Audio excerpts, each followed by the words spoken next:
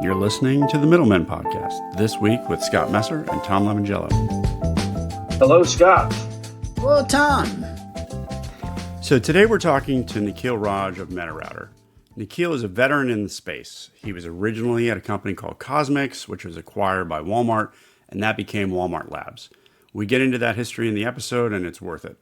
But today, he's building MetaRouter.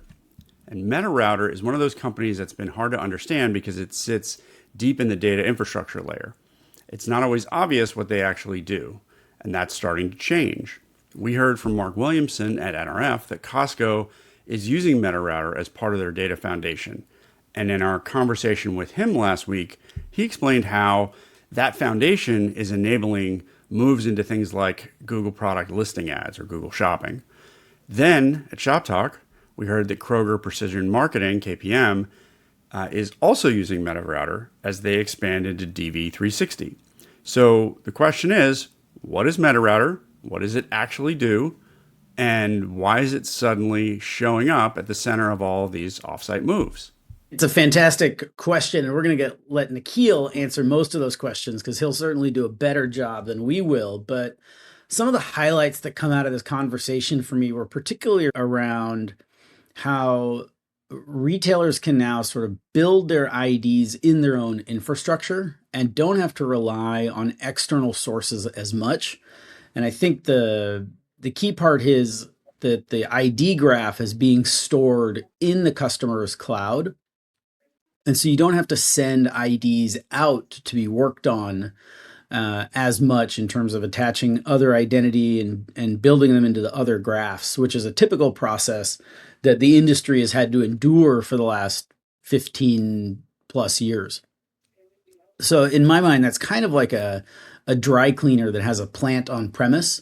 And if you want to get your shirt done in the same day, you better hope that they can work on it there, because if they just have to send it out to be worked on, there's no way you're getting it back in the same day. And that's where retailers are picking up speed and efficiency. And I think that's what's allowing them to go into Google, into these other platforms, because you're working on identity so much faster in such a safer way that you can own the ID federation and the data enrichment portion and have real-time action across your website and across third-party platforms, which is a big unlock for retailers. Yeah, if you watched our episode with John Flugstad when he was still at Moloko, one of the things that he kept coming back to was this. Why isn't retail media actually using behavioral data from what shoppers are doing on the site? Not just who they are, but what they're doing in the moment. And Nikhil explains here that it's, we're just getting to the place where the retailer's infrastructure is ready to do that. So that's a big shift. And historically, retail media has been built around audience targeting, known users, emails, and loyalty data. So what this unlocks is something very different. It allows retailers to work with both known and anonymous users in a unified way without requiring identity to be resolved fully upfront. And that's why we're framing this episode as the end of renting identity. You're no longer dependent on a fixed audience file. You can actually operate it off of real-time signals and behavior. And that matters because one of the biggest constraints in retail media has always been scale. Absolutely. It was really great to listen to Nikhil talk about the way that he solved this first for Walmart, and then now they're bringing this technology out into the public for other retailers to leverage as well. I think this is a really great advancement for the industry overall, and can't wait to see where they take it. All right. Welcome to the Middlemen podcast. We are really excited today to have Nikhil Raj of MetaRouter. Nikhil, hello. Hi. Thanks for having me, guys. Yeah, you were at Moloko when I first reached out to you, and then I think we were very lucky to be sitting in the same Criteo panel at where was at CES this year. CES. It was a fortuitous meeting, but I had many questions for you, like how did you end up building out Walmart Labs? Why did you leave Moloko to go to MetaRouter? So why don't you tell us a little bit of your background, especially the Walmart part to begin with, because I think our audience would be interested in hearing how Walmart Labs started. Well, in addition to fortuitous, I don't know how to say that word, when we met, it was also a bit embarrassing because, Tom, as you know, You sent me a message and I had completely not seen it. Well, you are I'm, you are I'm, not a LinkedIn warrior at the level I am, but you I'm are. not a LinkedIn warrior But at all. So that is, I think people like me who use LinkedIn to the level that I do are because of other deficiencies. I don't code, so well, I don't code either. So there you go. So anyway, so uh, so it's a good question. So look, let me start with the finish line. The reason I joined MetaRouter in general, independent of Moloko, was what MetaRouter is effectively is what my team built out at Walmart to support and start the Walmart advertising business back in the day. So that's when I met the team and I met the company and I found out what they're doing. I immediately knew what to do with it, got excited and joined them, completely independent of Moloko. But let's talk about what happened at Walmart. It's a direct connection. yeah. When was Um, this? When did Walmart Labs start, and when did you get? Walmart Labs was started in 2011, April 18th. The acquisition was announced when my startup Kosmix was bought by Walmart. Right? We were a Silicon Valley ad-funded publisher side business founded by two guys who had sold their original company to Amazon in the 90s. So the entire Amazon backend for marketplace and item infrastructure came out of that acquisition. And Venki and Anand had spent a lot of time with Bezos directly reporting to him for many years. They came out of Amazon, started a fund, and one of the first few investments and founding stories was Cosmix from that fund, right? There were also multiple other companies that had fantastic outcomes. They're some of the best known. They're one of the best known, I would say, best investors in the Valley, entrepreneurs, right? So Walmart bought us not only because of the background with e-commerce and Amazon, but also because Cosmix was built on top of a search engine and a context engine that was way ahead of its time, I think. Like the concept of embeddings and machine learning that is now so common and context is so common, we were trying to do it with manually with statistics and taxonomies as opposed to machine learning embeddings, right? It was so early for its time. Wow. So Walmart bought Cosmix to restart kind of the hair on fire moment, I think. I mean, this is me interpreting this. I was not on the Walmart board, nor I was on the executive team of Walmart, so I don't quite know why they bought us. But my take from the outside in was, hey, they needed to compete with Amazon. And e-commerce was a pretty big important thing for them, but it was not going well. When we were acquired, Walmart was number 8 in US e-commerce traffic. And when I left 6 years later, we were number 2 after Amazon.com.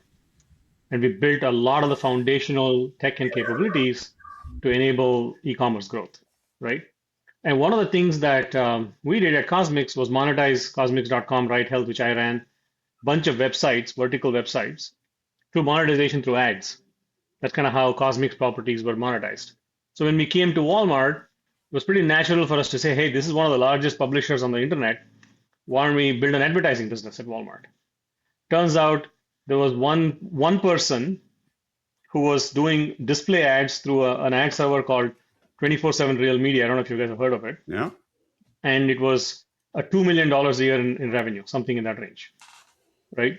So we got in there and we got in touch with some of the big advertisers through the Walmart relationships. And we are like, okay, what do you guys want?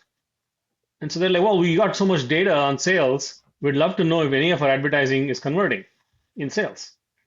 We're like, sure, we'll give it to you. And we turned around, went back in, and found out that there is no way to do that. And the reason there's no way to do that is Walmart does not have a loyalty program, Yep. right? If you think about the world's largest company, largest consumer company built without a loyalty program, and everybody talks about loyalty programs and offers, Walmart is one that went the other way, right? Yeah. Everyday low And price has its everyday drawbacks. low price is the loyalty. Yeah. So you have no idea who saw the ad and you have no idea who bought in the store. Hmm. So what kind of advertising measurement, what kind of targeting are you going to offer P&G when you have no idea who the consumer is? So a technology was born under the constraints of a lack of a loyalty program. We needed a piece of technology that allowed privacy safe, anonymous creation of audiences, targeting of audiences, and measurement of media. Completely anonymous without a loyalty program. So So, when you say it was mhm. anonymous, this was about the idea that you don't have somebody logged in, or you didn't, because Walmart eventually has tons of people logged in, but this is sort of before that It's problem. interesting you say tons of people log in. Walmart Plus, which is the loyalty program, I don't know, again, outside in 20, 30 million members. At that time, it was zero. And 0% logged in checkout, 100% guest checkout Wow. when we were acquired by Walmart. So even the logins were not stored. It was EDLP implemented online when Wow. we got there. So literally we had a bunch of email addresses for transaction purposes. Hey, your order came through, your order shipped, your order was delivered, right? Other than that, we didn't use the emails for anything. So and then in store was even today in store a large chunk of the transactions are anonymous because there is no loyalty program even today, right? Walmart Plus is largely Right. online. So this problem or constraint, I should say, not a problem, created an opportunity for us to invent something that we had to. Otherwise, we couldn't give a connection of, hey, this person saw the impression, this person bought in store. So we built the system to create that connection in an anonymous, privacy-safe manner with third parties exchanging data between Walmart and the third party in real time, right? So at the end of that process, real-time process, Walmart owned an anonymous identifier for every consumer on Walmart.com or for every consumer inside Walmart store. That anonymous identifier technology allowed us to do a bunch of things, including launch the advertising business. That technology is essentially MetaRouter. And so this is an ID that's not a cookie, and it's server Correct. side? It's an ID that is built on whatever consumer information is available. It could be anonymous, such as an IP address, a household email, right? It could be an email that is less anonymous. It could be other things that can be used as match keys but cannot be stored. Remember, we could not store email addresses for marketing. So we used email addresses to create a match key, or we used IPs and other things to create a match key. And we stored the anonymous match, but we didn't store the email, Okay. right? Similarly, in store, there's lots of signals, including payment information and other things that happen in store. And we use that information to create an anonymous ID in store. And using the same third party to do the anonymous online and an anonymous in store allowed us to match the same ID back. That's how we built the entire system. Even today, I think it's called Walmart Connect today. So Walmart Connect, even today, has to use that system. Otherwise, there is no way to match a large chunk of in-store sales to online traffic. This is the way to do it. And MetaRouter is essentially the same system, but significantly better because we are now deployed in some of the largest retailers with large loyalty programs, and we add both the loyalty and the anonymous together to provide near 100% coverage to their consumer data, digital and in-store. And now I can talk about it openly because Mark at Costco, who was my partner in time at Walmart, right we built the business together. So he was the head of Sam's Club ads. I was building the technology for the full company. When there's a guy called Brian Monahan who runs Albertsons. Yep. So Brian joined 2 years after we launched Walmart Exchange, we called it. He joined much later, but Brian was my internal customer for WMX for Walmart, and Mark at Costco was my internal customer for WMX for Sam's Club. And this one underlying infrastructure ran the whole ads program. I mean, I even worked with Asda and other Walmart subsidiaries at that time. So I'm happy we waited to finally get you on the podcast because we've had Brian, we've had Mark, and I was there at NRF when Mark showed the world what his tech stack looked like, and that was fun. So I guess all of those, if you're from one of those companies that Mark put on the slide, feel free to join us on the Middlemen. There you go. Yeah, a lot of the stuff that we invented back at Walmart is still powering that tech stack there. I mean, they've all obviously built a lot more, but at the end of the day, Monahan, Williamson, these are all multiple others. There was a guy called Steve Smith who now runs LL Bean, so his team I was working with at Walmart. So there's a bunch of stuff that got built as part of my group at Walmart is powering a lot of the tech still today. So that's amazing background. So thank you for going through with that, because I feel like that gives us a really good foundation to start talking about what has changed. It is not 2011 or 2018. It's 2026. And, if we think about when I started to talk to Dave on your team, he's talking about the first mile and shifting left. And it was all like engineering speak, but it sounded to me like something that was very fundamentally different. And we've had guests on from Aldo Hayes and other places, and they're talking about we need to move away from the old way of building audiences where the audience segment is created at the end of the process of the data pipeline process. Yep. And so can you talk a little bit about the approach of MetaRouter and how you guys are different and what is all this first mile stuff? Yeah, so it's a really good question. So again, in many ways, what we built at Walmart was way ahead of its time, right? So what's changed from then to now has not changed for Walmart is the concept of privacy and security of the data and compliance, right? So privacy is about honoring consumer consent and making sure that what you do from an advertising marketing perspective is underneath that consent, like after that consent, right? And then compliance and security is about owning all of the data. So while the entire world went in one direction to send their data out into third parties for a match key, call it ramp ID or this or that or whatever, at Walmart, we built it the other way. We pulled all the data in. So all of this identity infrastructure ran inside of Walmart. And we own the identity graph, right? So when I talk about the first mile, what the first mile is at the days in those days and even now today is collecting, owning consumer data inside your first party cloud. And MetaRouter's first mile positioning is we are the ones doing that for our customers. We are sitting on these browsers. So we are on Costco.com and all the other customers that we have. We are the first ones to see the traffic come in. And that's why it's called the first mile. And the connection back to Walmart is all of that information heads back into the Costco cloud, just like we sent all the data back into the Walmart cloud for doing this. The part about the audiences is also a really interesting point. The old way, like you said, take the data, send it to your third-party cloud. So you've already sent your consumer data outside to a CDP or some other platform. Then you have your machine learning engineers bring it back into your Databricks. So now you paid somebody an outbound and an inbound fee. And then you're paying Databricks, Snowflake, a data warehouse to put all the data in, and then a machine learning team to run all the models. And then you build an audience, and a day later, you have an audience ready to match. And guess what? All the audiences are PII-based, known audiences only, right? So you've taken your set of 100% of traffic with 20% logged in, and you've built an audience of 20% of the traffic, and then you match 50%, you get a 10% match rate of your entire user base is now an audience 3 days later. The new way. So go ahead, Scott. I just want to be. I'm gonna ask you about sort of some CDP things, but I just want to be fair to everyone who was doing it that way, that they didn't have your company. Yep. And those things were hard and they were difficult and it required that sort of patchwork and expensive to do those patchwork of solutions.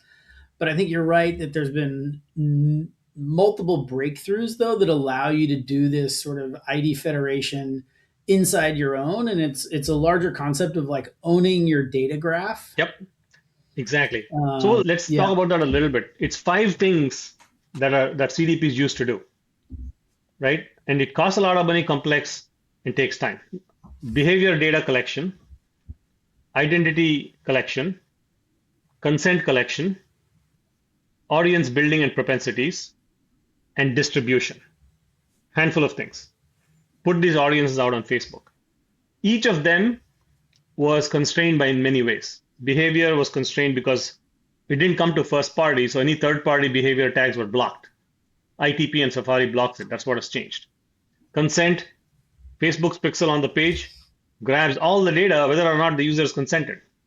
Consent was broken, right? Propensity, will come to that in the end. Identity was only limited to known users. So if someone was anonymous, you lost them. And then distribution was using only the known users again. So I have an email, I'll match it to ramp ID, or I'll go direct to Facebook, match it, hash email, I get an audience over there. Propensity, the 5th one, right? This one was 2 days later and you said expensive things like that, right? MetaRouter collects behavior data in a first party. So we are not collecting data into MetaRouter's cloud. We are collecting data into Costco's cloud on Costco's first party. So 100% no blocks, full behavior. Consent, we read all the consent before we do anything else. And if the consent says yes, we make anonymous identity connections to all the third parties, walled gardens or not, Trade Desk, TikTok, Pinterest, Snapchat, Meta, Google, right? And it's not identity federation, Scott. It's identity ownership. Instead of our customer data going out and matching to a third party, the third party ID comes in and sits in it's owned and sits in our customer's cloud. So there is no more toll to pay. Once you have the ID, you have unlimited use of it for a fixed flat fee. So huge commercial advantage for our customers. Number 4, distribution. Because we have the IDs, we send all the data on those IDs because we don't need to do matching. We already match, it's pre-matched. And let's talk about the 5th one, the propensity. So we have 4 of the 5 things happening real time on the browser without any storage. And what you mentioned with new technology, and you mentioned, Tom, you're now able to do real-time predictions. The way ChatGPT does real-time predictions, the way any of these AI tools, we've built inside the MetaRouter infrastructure real-time inference capability. So as the user is clicking, browsing, searching, every single event generates a prediction in real time. And that prediction results in an audience, people who bought Pampers, people who are likely to buy Pampers. And the audience identity and consent is already available right there. So we immediately update an audience on any third-party media platform that you want as the user is clicking and browsing. The audience is updating on Meta, on TikTok, on Pinterest.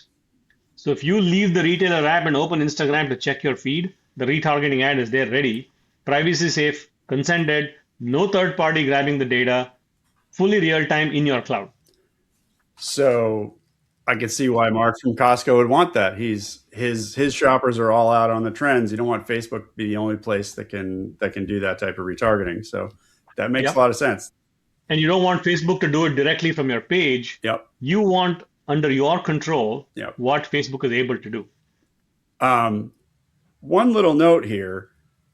How do you, as a media buyer, deal with the fact that these audiences are so predictive that it's kind of a black box now? Like, what am I buying? Like, I don't know what I'm buying anymore, do I? So at this point, you're buying outcomes, Tom. That's kind of what you're buying. Okay. You're buying the fact that someone is likely to do something that therefore generates an outcome for your business. So the old, like the one end of the spectrum is I'm going to buy an impression. I'm going to buy reach. And then, okay, you know what? I don't want just reach. I want to know someone interacted. So I'm going to buy a click. I'm going to buy a CPC. And you know what? I'm not interested in that either. I want to buy a conversion. So I'm only going to pay you on conversion. So that further step is I'm not only going to only buy on conversion, I'm going to buy on an outcome of conversion. So target ROAS, right? And what is PMAX? What is Advantage Plus? It's really...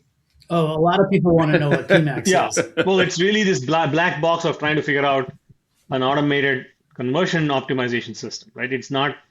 Sorry. Yeah. No, people don't like PMAX, right? If PMAX had a little bit of... no, I don't want to digress too far here, but if PMAX had a little bit of transparency, I think it would get much more uptake. If it had a few more dials, it would get much more uptake. Just don't trust the black box, right? Anyways, so but the broader point is technology and AI has made capability of PMAX-like capability possible today, where you can just buy outcomes. But they're not charging on ROAS, right? They're still charging on CPM for impressions. No, it's actually PMAX is outcome. There's no CPM, right? You're saying PMAX is, but what about everyone who's on MetaRouter? And so MetaRouter's play in the ecosystem is not on the media side, to be clear, right? We are enabling audiences in real time to show up in Facebook or Google, where their ad servers are able to deliver PMAX-like outcomes, or Advantage Plus is the case of Meta, right? But to put an audience on that ad server that is right now interested in Pampers, as opposed to you figure that out 2 days later, oh man, this ID is a Pampers, potential Pampers shopper. I'm going to update this ID on Facebook. By that time, the person's already finished the Pampers pack already. It's too late. Right? Their kid has already gone poop 4 times. Right? So my point is that you want to be in the moment, ready to activate audiences.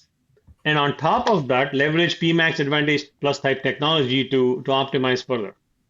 So if you give Facebook a bad audience or an old audience, or Google an old audience, the PMAX advantage plus doesn't help. Bad, unqualified audiences coming in too late is going to give you bad outcomes anyway. Yeah. Let me take us down a technical, slightly Okay. technical, non-code technical, because that's the level I operate at. If someone was to install MetaRouter and sign up, what do they have to integrate with, and what do they get to rip out? Yeah, so it's a great question. So when someone installs MetaRouter, they install two things. They install something on the website or in the app, on what we call the client-side tracking, that they own. It's white label first-party code. And then they install a second part which receives the data from the client side. And that sits inside their cloud, inside the server, right? It's two parts, website and cloud. And those two talk to each other to share identity, behavior, consent, propensity, and distribution. I talked about the 5 things the CDP does, right? It's those 2 things, those 5 things. So who does identity resolution? That's somebody you take out. Because now you own the identity and you have the identity graph in-house, so you don't need anybody else. Who does all of your onboarding, measurement, targeting, audience building, whoever those players are? Now you start to wonder if that is necessary anymore. We now have the first customer who's like, well, I'm paying so much for my web analytics solution. With MetaRouter, I can cut it down by half because these guys, so we are detecting bots, we're detecting unnecessary data that doesn't need to go in.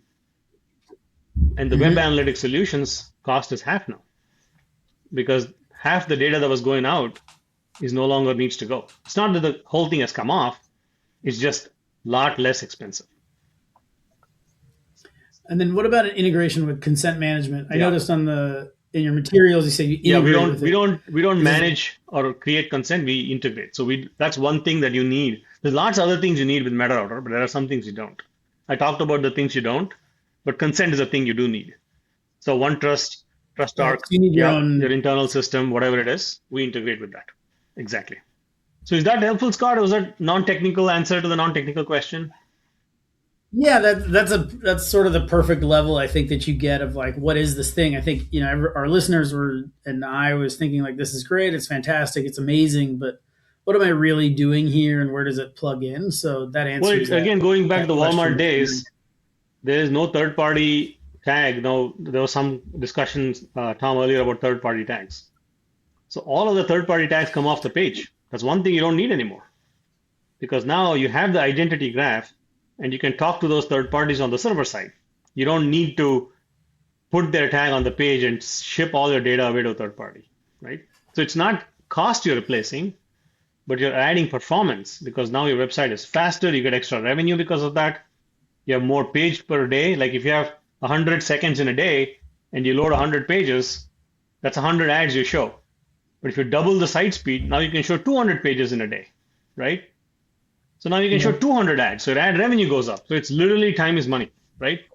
That's what we enable. You were super early and you figured this out at Walmart. Now you're still a little early, but you're figuring it out for people who are not Walmart. What does the future look like? I am actually really excited about, sort of what things that are happening in AI. Are you basically saying that small retailers now can have their own data spine and cut out some costs or whatever?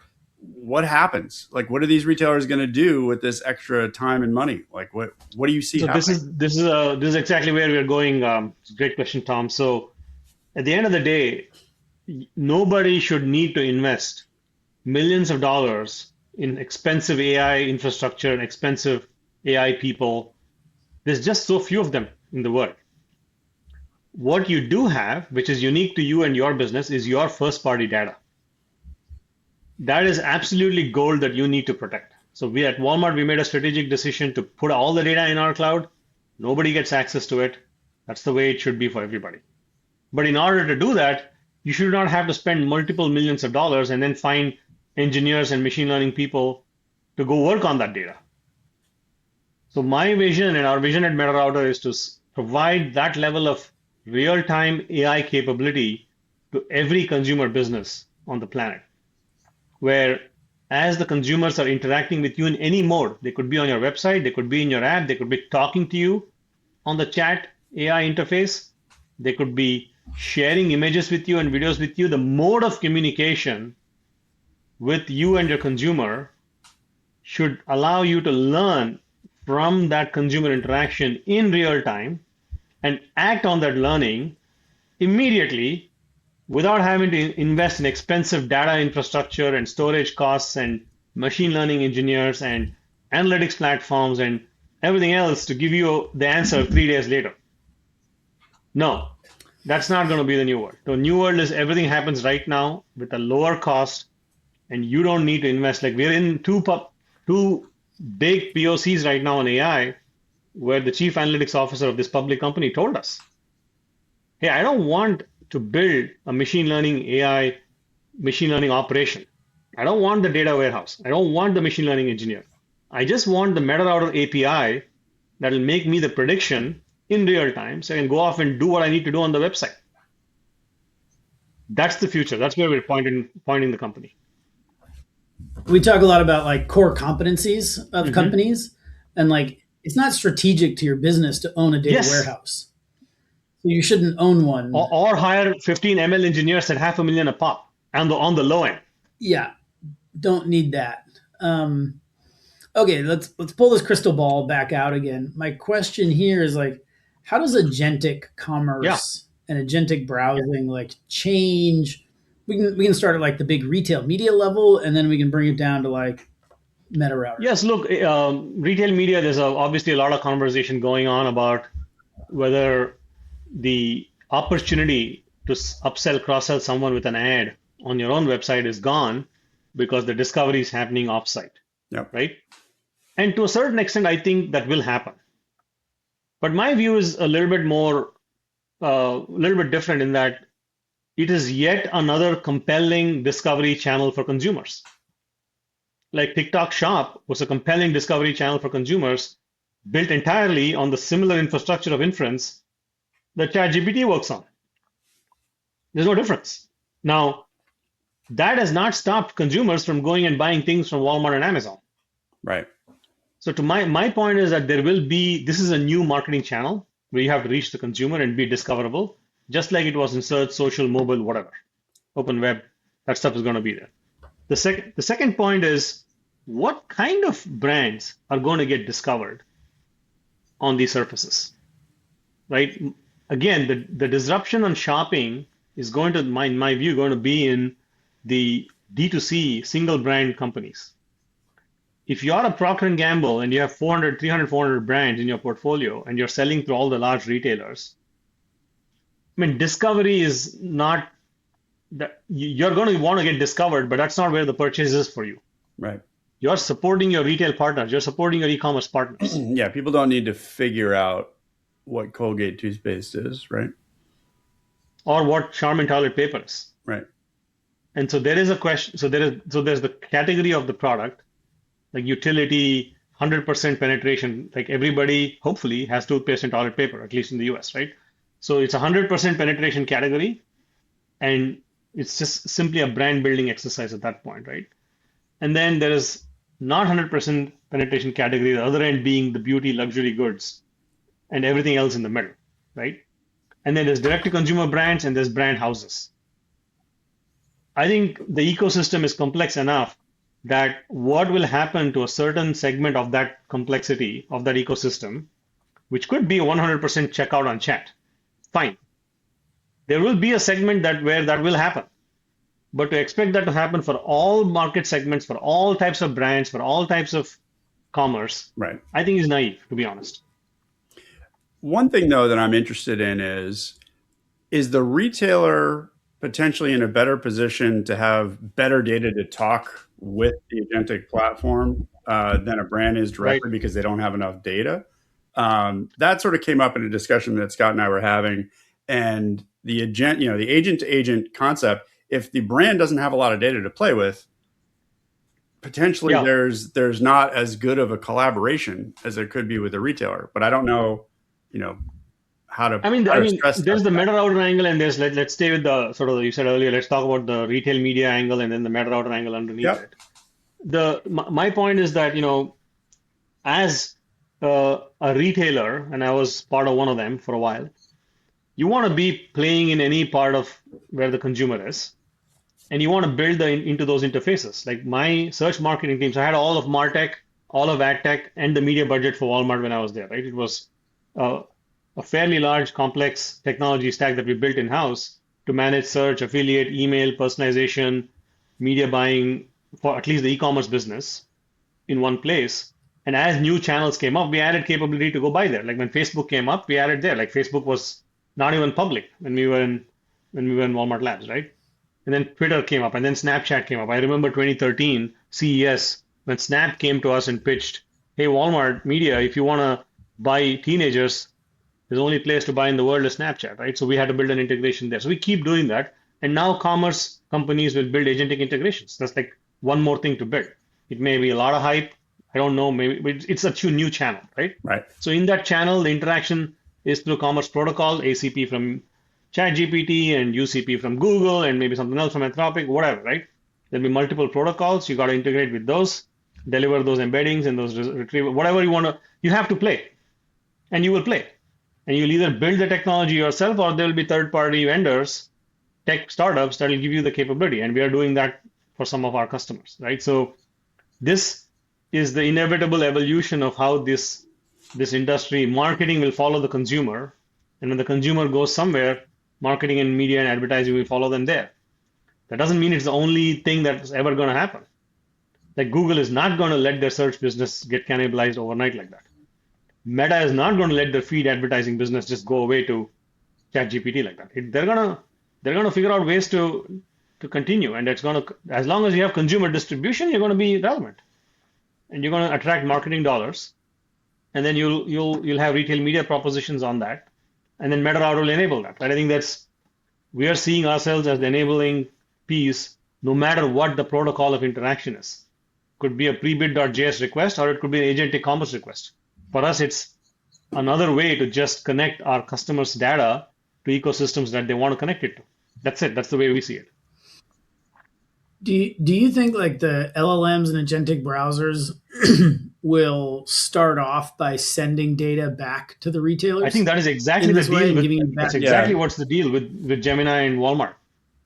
Conversion data is owned by the retailer, not by those platforms. And that's why they did those. And when we say conversion data, are we also talking about like getting an audience ID? No, they own the whole I thing. guess you have an No, email they own address the whole maybe, consumer. right? They own the everything because they are the ones for the system of record. The merchant of record. Yeah. Yeah, they're the merchant of record. They are the ones owning the customer relationship, the return, the shipping, the loyalty program integrations, all that happens on the agentic commerce integration. But they wouldn't see like all the other things they No, browsed they would see the conversion. during the agentic. They wouldn't see all the other things they browsed. Right. Correct. No, that is just like you wouldn't, if you didn't get the click from Google, if I did 10 searches on Google and I didn't click on anything, you're not getting the 10 searches. You're only getting the one I clicked, and you're getting the one I clicked to your website, not to the other websites either. Same idea. Yeah. I just it's interesting to think that the agentic browsers like have to deal and play ball with the retailers. If it was a regular publisher, they would be like, sorry, no data for you. Thank you very much. Yeah. But because the retailers have the products, they're bringing budgets. They're very important to the ecosystem on multiple Yep. fronts. Those LLMs and agentic browsers are willing to say, okay, table stakes, we're giving you data Yeah, back. I think for them to, the retailers have learned in the last two waves, right, on search and social, that they got locked out, and now they're not going to get locked out. So they're already demanding that out of the gates, and they'll get that data. But there's another unrelated point, Scott. That's a great thing you're talking about agentic browsers. One of our largest US retail customers had a 30% increase in traffic overnight, which was all agentic browsers that got right through the browser bot detectors. These agentic browsers are posing as humans and getting right through the bot detection systems these people employ. We've been asked, and we've started to show them results, is can your edge first mile AI learn from known agents? Like Google bot comes in and tells you, hey, I'm Google bot, I'm going to get your site. And it's allowed. And some other bot comes in and doesn't say that it's a bot, but works like a bot. Clicks, browses, and does things like a bot. So our real-time AI learns that, pattern matches, and any new session starts that behaves like that, we immediately predict it's a bot. Within 2 events, we know it's a bot. So instead of blocking it, we are giving this customer the signal that 30% of traffic that came in, these are the 25-30% of them that are the bots. The other stuff is not. So you don't know which 30%. Your traffic went from 10 million to 13 million, 15 million. You don't know which 5 million is the bad stuff. And we are marking it for them in real time. Right? The sort of first mile thing that you asked about earlier, Tom, allows us to not only do audiences, retail media, behavior consent, now we're getting into bot signaling from our position in the cloud in front of the consumer on behalf of our customers. Sorry, Scott, I just want to bring it back to you. Yeah. Theoretically, you would have built an ID on those bots. Yes. And then you would have updated it on Facebook. And then you would have shown an on-site ad server impression to a bot. Yeah. So literally tomorrow I have a call with that customer to turn off the ad server, on-site ad server, when the bot is on the site. Yeah, makes sense. Think about the wasted ROAS there, right? You're taking a much higher ad spend on the bottom of the ROAS equation and making it much smaller. And the ROAS goes up just by blocking the bots. Yep, I didn't think about this. There was, I think Perplexity kind of like turned this whole thing into like, aren't we going to be starting to show ads to bots? I didn't think about the problem of just the fact that the ads won't get turned off if you don't know who the bots are. So what's going on for MetaRouter now, because we are sitting on the front end, like I said, the two parts, right? We're sitting in front of the consumer. We're processing the data inside the customer's cloud. We are now passing that bot intelligence back to the server-side infrastructure that we have. We also have the ID. So we're turning off audiences in third-party media platforms. We're turning off web analytics data. So your analytics bill is lower. We're turning off data from going into Snowflake, Databricks. And now we're turning off ads to bots on site.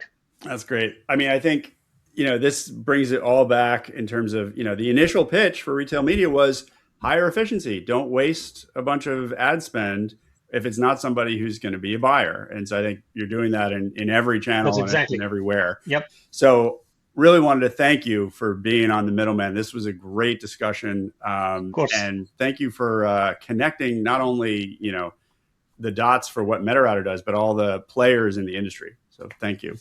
Oh, thanks, Tom. I'm so glad we connected despite me not seeing your message on LinkedIn.